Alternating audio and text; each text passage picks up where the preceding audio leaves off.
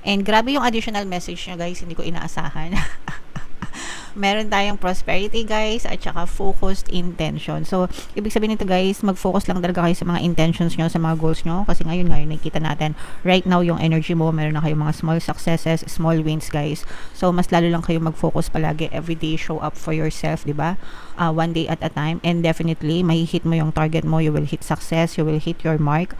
You can be, do, and have anything that you want, mga kapigsi, as long as palagi talaga kayo nakafocus. And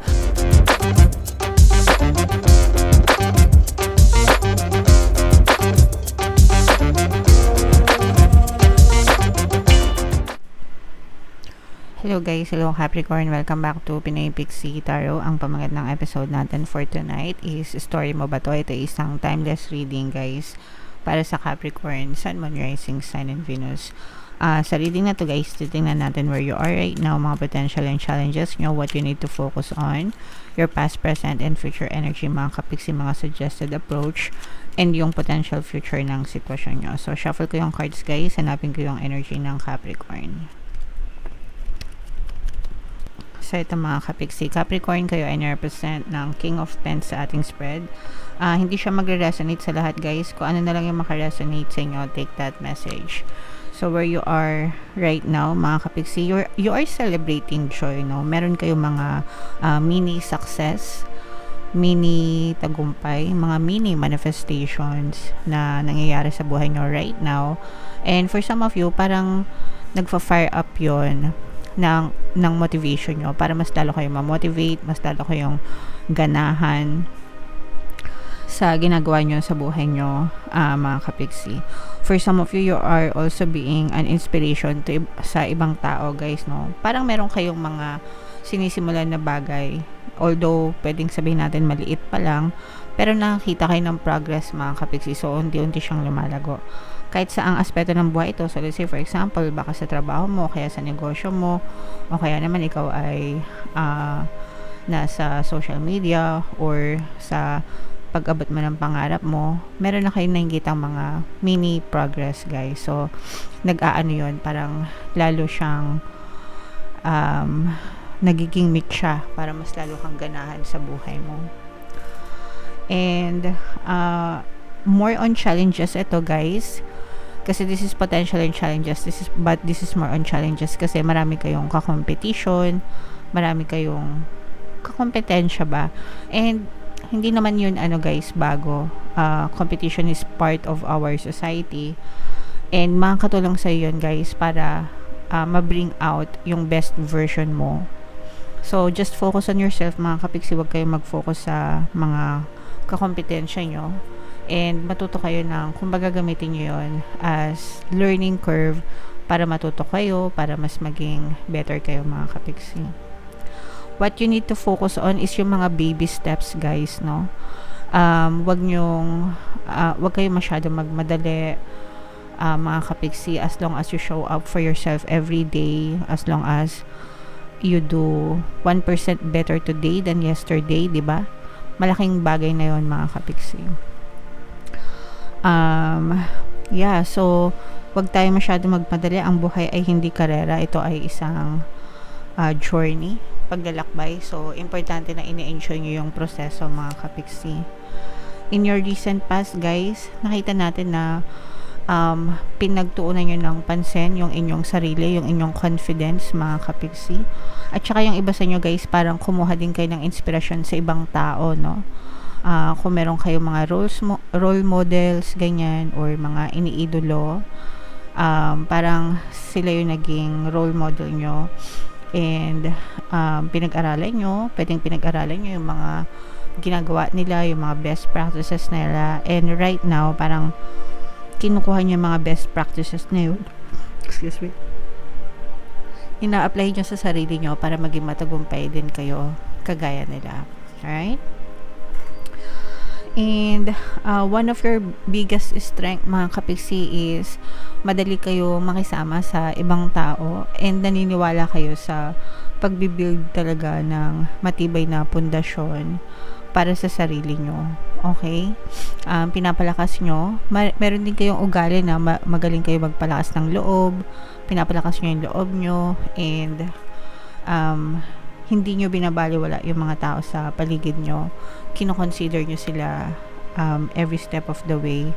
Kung ano yung pwede nilang maitulong sa inyo and kung paano nyo rin sila, kung paano kayo din makakapagbalik ng tulong sa kanila, mga kapiksi.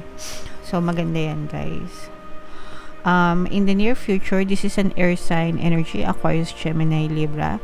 For some of you guys, in the near future, parang mas lalo pa kayo magkakaroon ng logical approach. Paplanuhin nyo pang mabuti, guys, kung ano pa yung mga pwede nyo gawin para mas lalo kayong magtagumpay.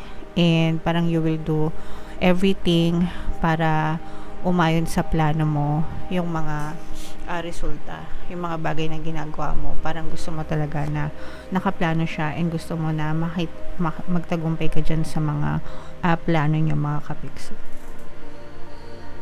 So, maganda talaga guys yung nagpaplano, no? Kasi pagka may plano, may direction talaga yung buhay, mga kapiksi, and napipilitan kayong kumilos, di ba?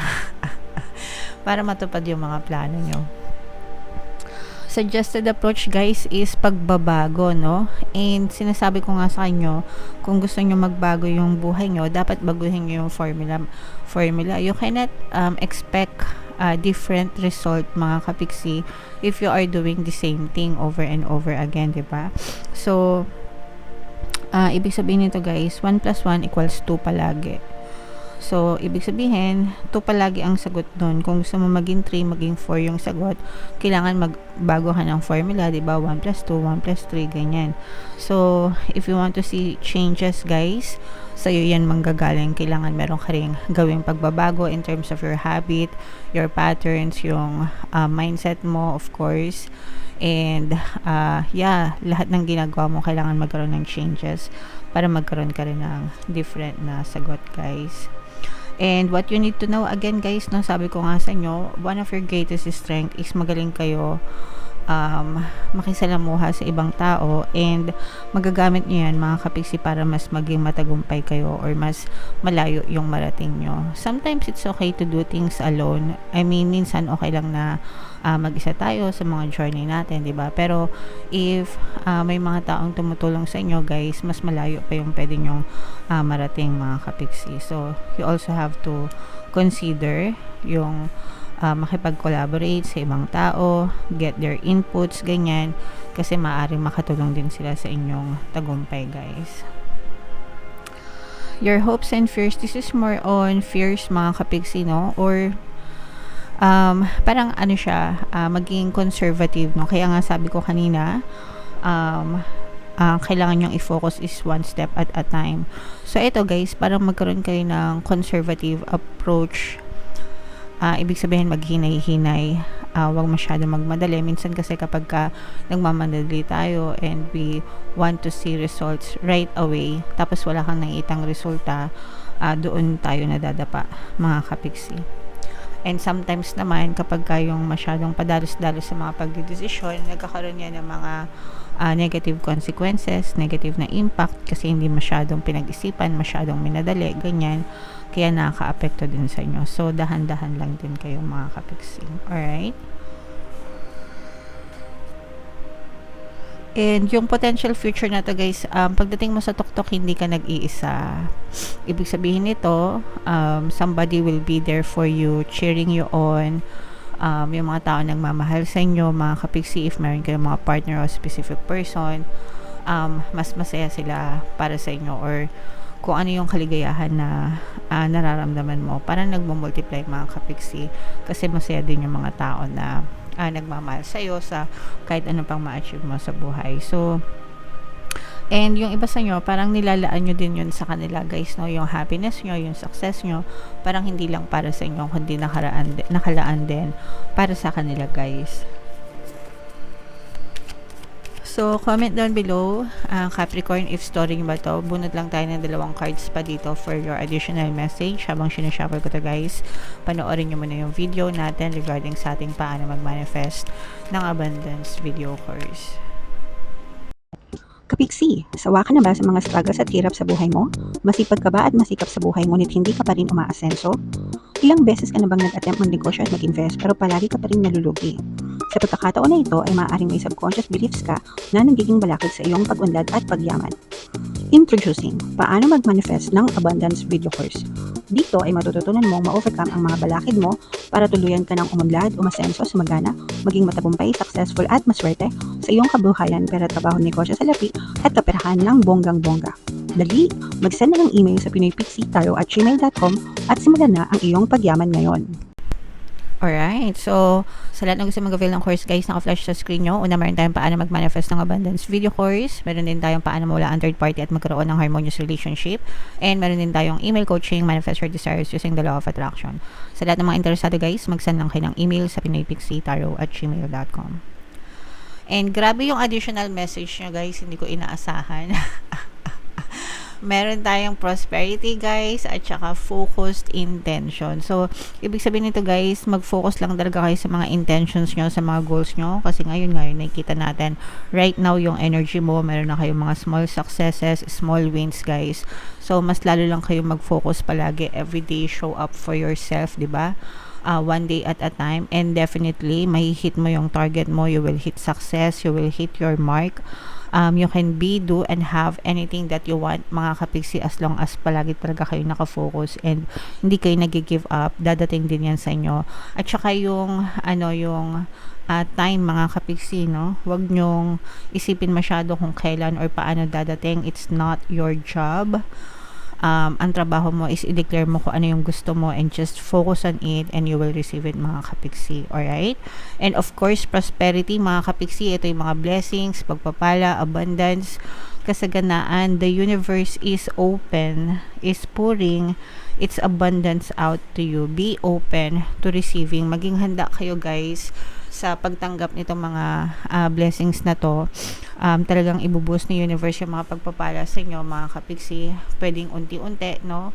Pwedeng hindi madalian, pwedeng unti-unti, pero ang importante is may dumadating na blessings sa inyo. So palagi kayo maghanda dito guys.